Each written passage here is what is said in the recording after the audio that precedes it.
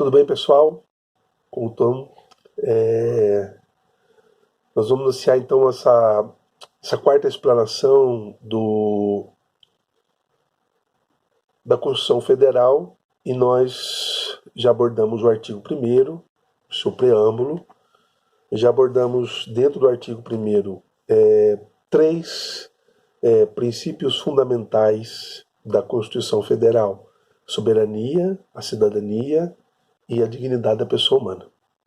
Hoje eu gostaria de falar um pouco sobre os valores sociais do trabalho e da iniciativa e o pluralismo político. Eu vou fazer um adendo já aqui, na explicação, no estudo que se aprofundou em relação a esse pluralismo político. Lá no preâmbulo eu falei assim, olha, é importante que o pluralismo político, de modo prático, de modo pragmático, usando uma expressão do William James, ele acontece exatamente na variedade de ideologias políticas partidárias, mas não só. O pluripartidarismo não condensa todo o pluralismo político. Uma coisa que tem que ficar clara, é uma ressalva. O YouTube, depois que a gente lança um conteúdo, a gente não consegue consertar, né? Só se fizer um vídeo de novo e deletar aquele. Não é o caso, porque também a gente está no espaço de estudo e alguém que pudesse ter observado, então na reedição, na audição que a gente faz do vídeo, a gente constatou que são duas coisas distintas: o pluripartidarismo, né, como a Constituição de 67, ela assegurava apenas o pluripartidarismo, né, numa emenda de 15 de maio de 1985, artigo 152. Ainda, né, no processo de redemocratização do Brasil, o pluripartidarismo, que começou mais acirradamente nos anos 80, com o que a gente falou no preâmbulo ou no artigo 1º, com a questão da volta dos presos políticos ou de quem estava afastado do Brasil, com a questão da lei da anistia. Mas o pluralismo político a gente vai ver que é uma coisa muito mais ampla do que um pluralismo partidário, né? Bem, só lembrando, primeiro livro indicado para vocês que gostam de direito, que estudam direito na área da perspectiva filosófica, seria A Paz Perpétua, do Immanuel Kant. Eu li para vocês aqui o artigo 2º, né? O direito internacional deve fundar-se em um federalismo de Estados livres. E eu gosto muito do primeiro artigo, né? E na reflexão que o Kant, o pensador de Königsberg, ele faz, né? Seria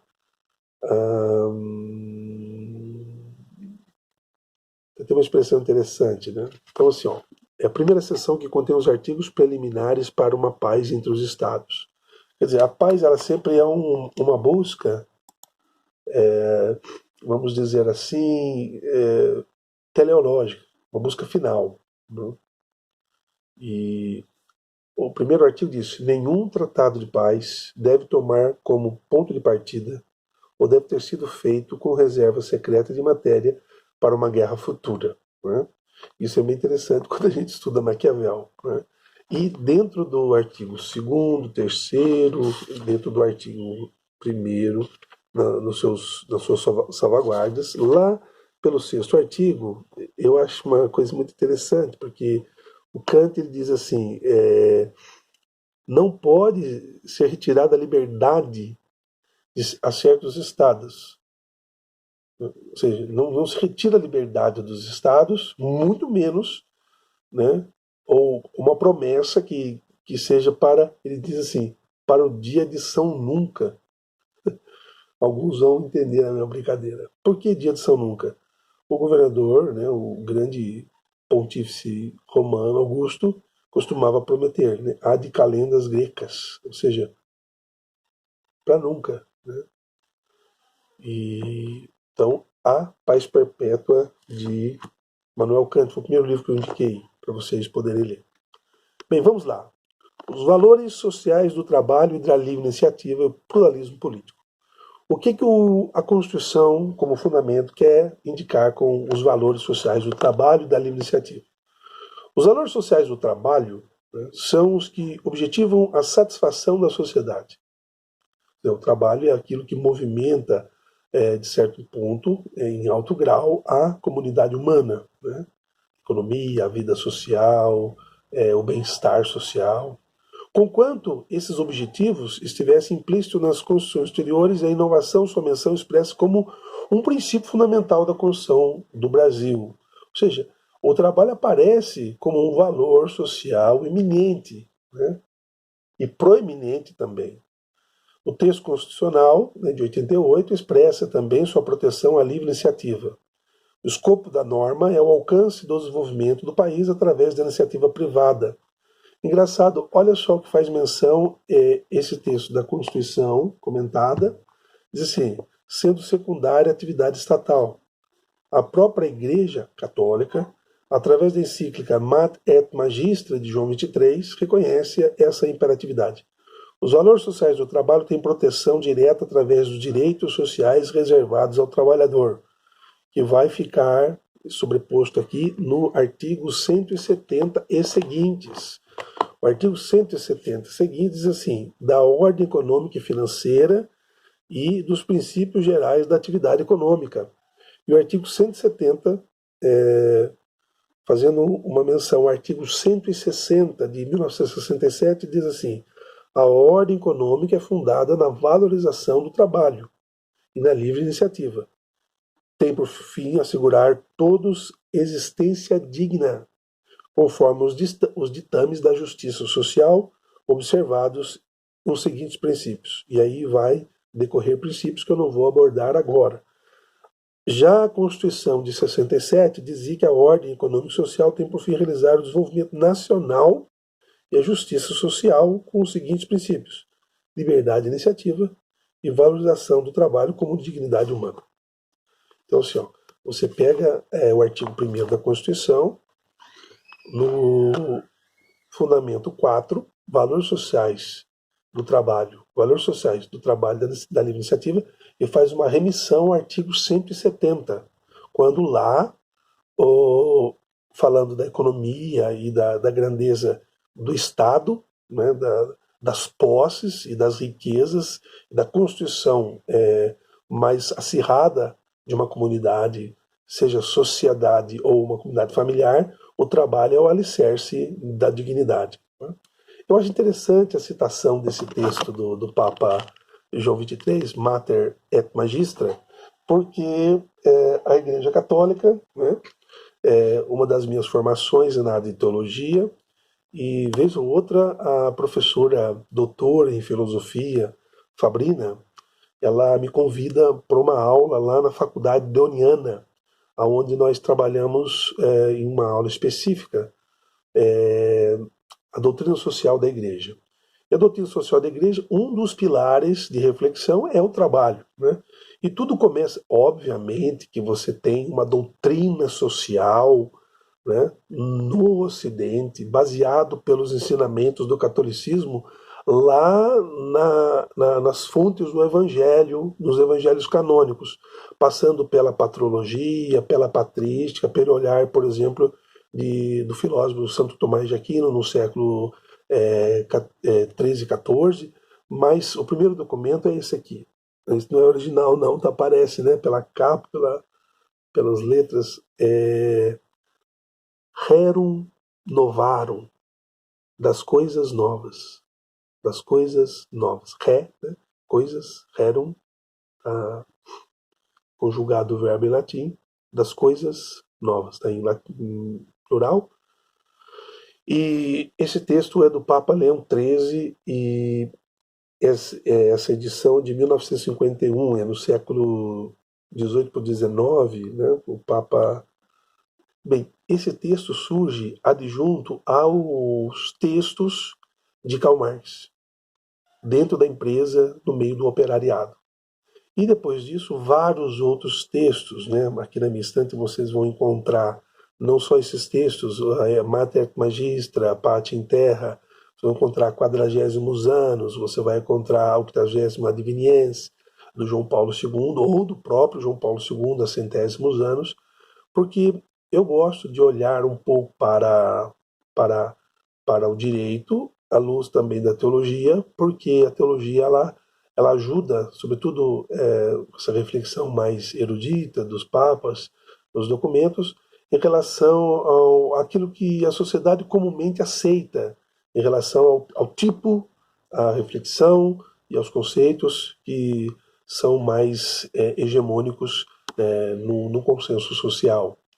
E centésimos anos, o Papa também, João Paulo II, escreveu A Laborem Exercens, ou seja, todos esses documentos, eles já foram lidos pela minha pessoa, mas assim, a visão que eu tenho do trabalho, né, muito mais do que uma reflexão marxista, muito mais que uma reflexão teológica da doutrina social da Igreja Católica, muito mais do que uma labuta que veio, por exemplo, das discrepâncias na América Latina, da opressividade nos textos em relação à vida subalternada da América Latina ao FMI, aos Estados Unidos, à Guerra Fria em si, tudo isso tem que ser levado em conta para interpretar também o texto da Constituição, porque as pessoas que estavam lá discutindo o conceito trabalho, eles entendiam, ou a livre iniciativa, entendiam ou estavam engajados em setores, em ideologias sociais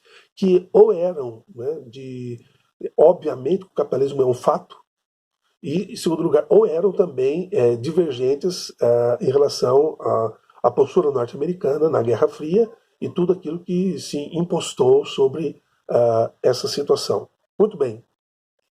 Dito isso, hoje também a questão do trabalho é muito importante, porque assim, o trabalho é o espaço da dignidade humana. Né? Eu estou aqui com algumas, o site do www.valor.com.br, a atualização foi hoje às 10 horas da manhã, e a taxa do desemprego, né, ficou no primeiro trimestre de 2019 12,7%. E agora o PNAD continua, né, a Pesquisa Nacional de Amostra de Domicílios Contínua, divulgado pelo IBGE, mostrou que houve um aumento de 1,1%, ou seja, 13,8%, então se na média foi para 13,4 milhões de desempregados no Brasil. Só para a gente reler, né? O bem-estar, a segurança, a liberdade, a justiça, a sociedade fraterna, que diz a Constituição no seu preâmbulo, uma sociedade fundada numa harmonia, que tem como fundamentos a cidadania, a dignidade dos seres humanos, e uma forma, uma expressão da dignidade é o trabalho digno, não trabalho escravo, né? Ou seja, como, agora usando o viés de análise marxista, como você, por exemplo, pensar valor de uso e valor de troca, ou seja, o seu trabalho, a sua força física gasta em relação ao salário que vai ser pago nos desgastes do trabalhador. Então, assim, nesse sentido, o marxismo ainda é um pilar de reflexão. Gostando ou não, o Marx ainda é tema de muitos grupos de estudos no Brasil, não mais, mas ainda é estudo. Né?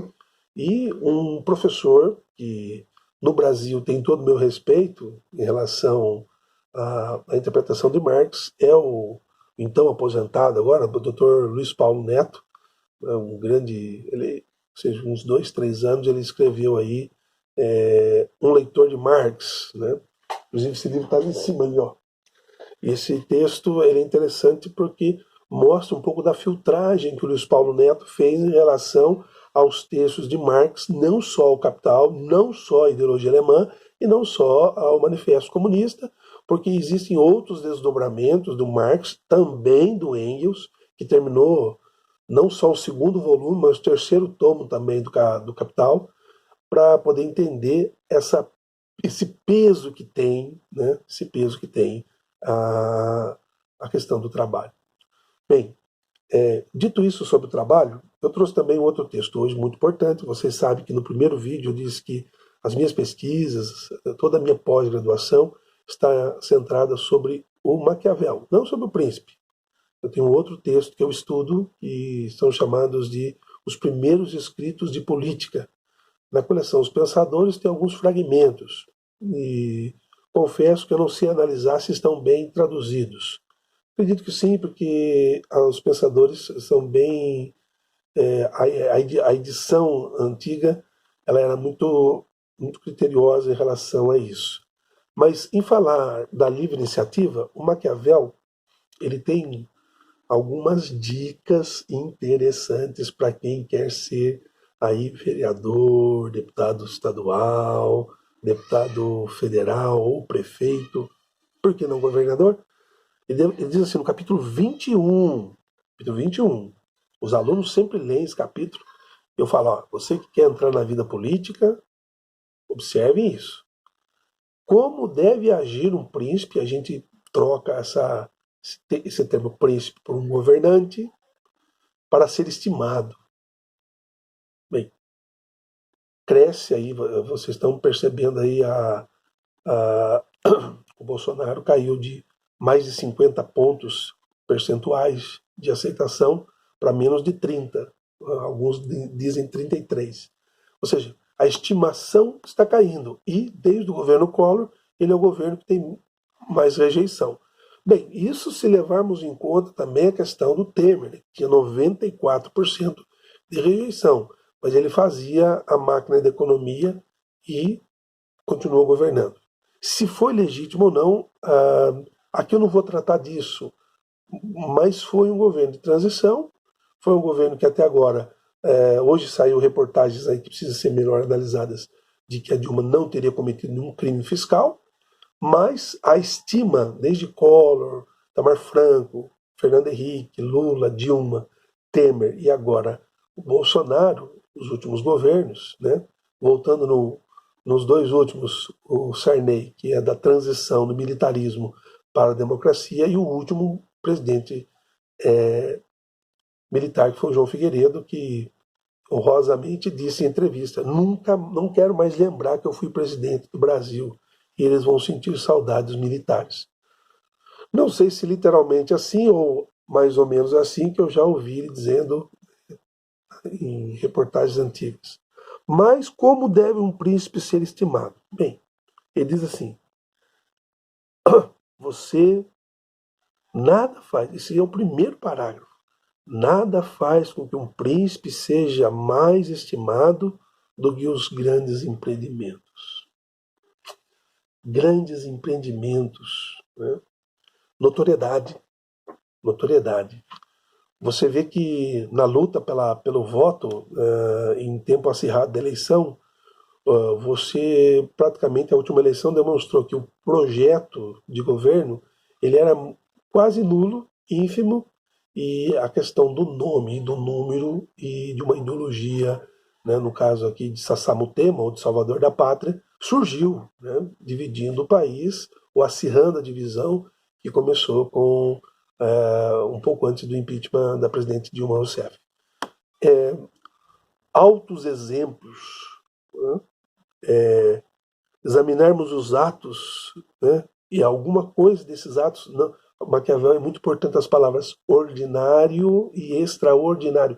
Então, se você quer ser governante, você tem que ter algo de extraordinário. Eu não estou dizendo de nada metafísico, espiritual. Eu estou dizendo algo que seja extremamente extraordinário do ponto de vista de uma jogada política, né, do pulo do gato. Né? E é preciso recompensar os cidadãos que faz algo extraordinários pela vida política, seja algo de bom ou mal. Para quem faz algo de bom, obviamente, a recompensa, e para quem não faz, punição. Muito bem. Ainda há outros toques, por exemplo, agir como verdadeiro amigo ou inimigo declarado. Né? Declarar-se próximo ou distante de alguém. Isso também é uma estratégia política. Obviamente que esse critério de proximidade e distanciamento vai estar ligado à aceitação desse palatino na vida da República. Gente, tem muitas outras coisas, né? Veja, tem um ditado aqui interessante. quod autem istim dicuntum non interponent vos bello, nihil magis alieno rebus vetristi est, sine gratia, sine dignitate, premium victoriae erit. Ou seja, farei, né, com que os príncipes da Alemanha falem assim quando se tratar da minha famosa expedição à Rússia. Está dizendo aqui, porque esse texto que diz que foi comentado por Napoleão Bonaparte. Não foi, né? Mas a tradução do que eu acabei de dizer para vocês seria mais ou menos assim, né? Seria assim: nada é mais contrário aos vossos interesses do que este conselho que vos é dado de não interferir na guerra, né? Interponende-vos bello, sem mercê, né? Sem gratia, sem dignidade, sine dignitate, premium victoria erit. Sereis presa do vencedor. Conselhos, hein? Bem, o Maquiavel também diz que é preciso fazer com que essas pessoas, né? Com que essas pessoas, o príncipe, o líder, deve demonstrar também apreço às virtudes, dar oportunidade aos mais capazes e honrar os excelentes em cada arte. Deve, além disso, incentivar os cidadãos, olha só, livre iniciativa, cidadãos a praticar pacificamente sua atividade no comércio, na agricultura ou em qualquer ramo de profissão. Assim, que uns não deixem de aumentar seu patrimônio pelo temor de que lhes seja retirado o que possuem. Olha o medo aí do comunismo aí. A propriedade está garantida na Constituição, né? E outros não deixem de iniciar um comércio com medo dos tributos. Devem os líderes, os príncipes, ao contrário, instituir prêmios para quem é ativo e procurar de um modo ou de outro melhorar sua cidade ou estado. Não vejo mais nada fundante, né? Fundante mesmo para elogiar a livre iniciativa, né? Isso é muito importante. Muito bem, gente. Então, assim, ó, o convite é para vocês lerem o capítulo 21 do Príncipe, né? Aqui, ó, Paz Perpétua do vídeo, hoje o Príncipe, de relance se alguém aí ligado ao catolicismo, mas se não for também não tem problema não. A reflexão da Igreja Católica, sua doutrina social sobre o trabalho, é importante desde a Rerum Novarum, a primeira encíclica social, até a centésimos anos. Centésimos, ou seja, 100 anos da publicação desse. Então, se amplia os problemas em relação às ideias de trabalho, às soluções, etc. E aí as coisas começam a dar certo. Bem, vamos terminar. O pluralismo político.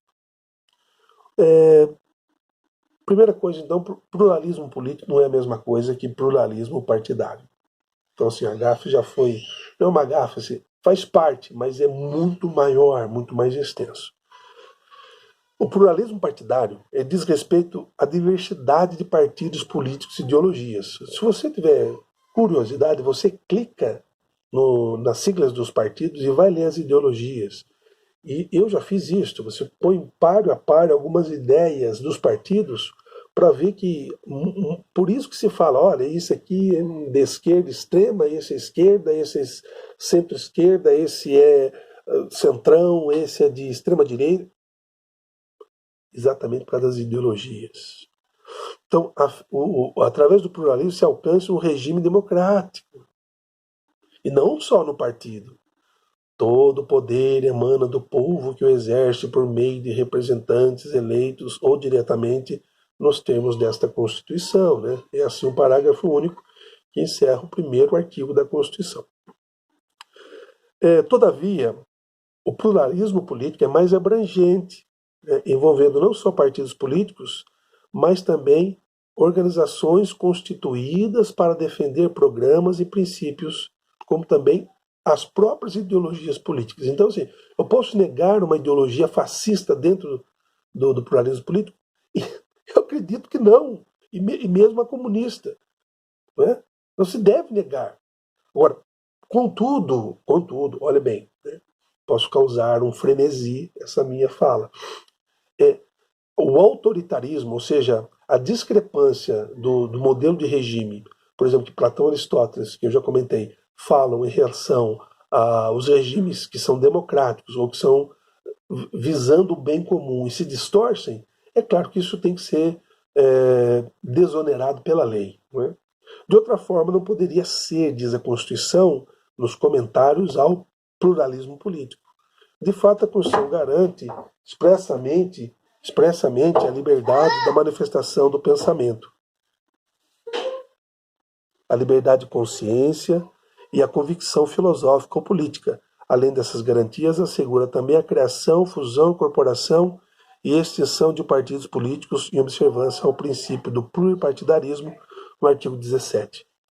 Note-se que a antiga Constituição falava-se de pluripartidarismo somente, e agora entra organizações, regimes, programas, princípios, ideologias, convicções, corporações, a liberdade de expressão, liberdade de pensamento, ou seja, nós temos bastante coisa que envolve o pluralismo político. Se vocês pensarem bem, né, deixar vocês um pouquinho aqui com o texto. Se vocês pensarem bem, no nosso último encontro, no último vídeo gravado, eu falei um pouquinho do Jean Bodin. Jean Bodin, ele está aqui, né, logo no início aqui desse texto aqui, Os 6 Livros da República, do Jean Bodin, 1576. Né? E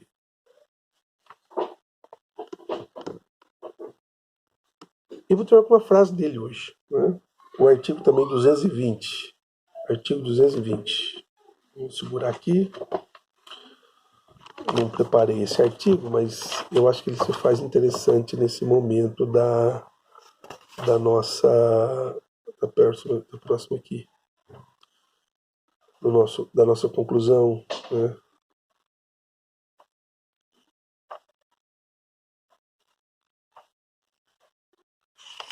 (18) 220. Fala um pouco da comunicação social.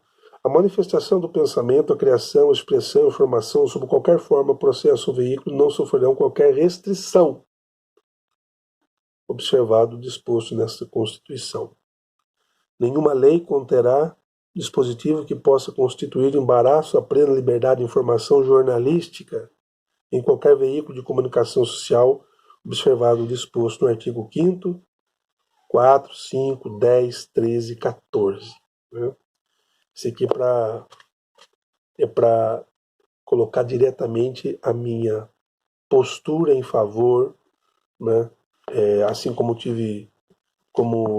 eu tive grandes decepções com o governo do PT em relação aos vazamentos e a tudo que está sendo ainda apurado, ou com muita fragilidade ou com excesso de imediatismo, também gostaria, mesmo com um pé lá, outro pé cá nos tópicos que eu acabei de mencionar, que o Glenn também possa continuar com o seu direito de expor,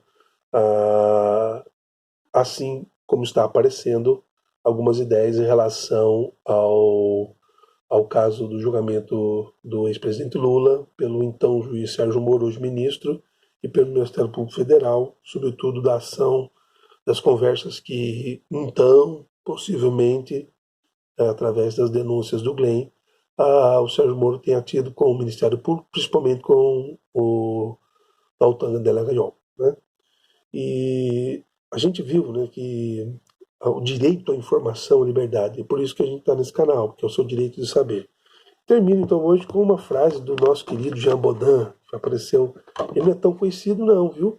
A gente precisa estudar um pouco mais os pensadores que deram início a essa reforma do política, não. O Maquiavel, Príncipe, 1513, Os 6 Livros da República, 1576, o Leviatã, 4 partes, muito bom, viu?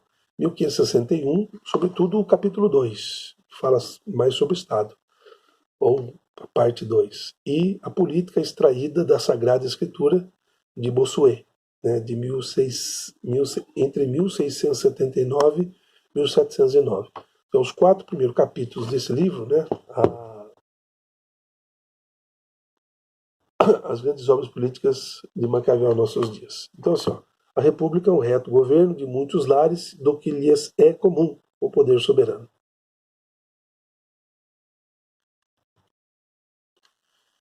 Soberania.